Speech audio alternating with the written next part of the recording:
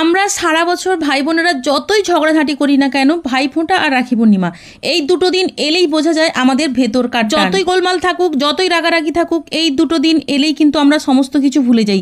আমার ভাই তো আমার কাছে এলো না রাখি পড়তে, আর আমিও যেতে পারলাম না। সেই জন্য আজকে যাচ্ছি বরের সাথে ননদের বাড়ি। খুব বেশি দূরে নয়, বাড়ির পাশেই। আর আমাদেরও যেতে অনেকটা দেরি হয়ে গেছে, প্রায় 2টো বেজে গেছে। গিয়েই দেখি ননদ না খেয়ে বসে আছে দাদার জন্য। তো তারপরে ও কিন্তু সমস্ত কিছু রেডি করে দাদাকে রাখি পরিয়ে দিল, আর তার সাথে এই রাখি পূর্ণিমার ভাইফোঁটা এলে যাদের বোন নেই তাদের আবার এক আলাদা রকম দুঃখ, যেটা আমার ছেলের। তো ওকে প্রথমে বাড়িতে ওর ঠাম্মা রাখি পরিয়ে দিয়েছিল, তারপর পিসি বাড়ি গিয়ে ওর পিসিমণিও ওকে রাখি পরিয়ে দিয়েছে। আমার ননদের সাথে আমার কিন্তু একদম বন্ধুর মতো সম্পর্ক, সেই জন্য আজ অনেক বছর পর কিন্তু ও আমাকে রাখি পরিয়েছিল, যার জন্য আমি ভীষণ খুশি।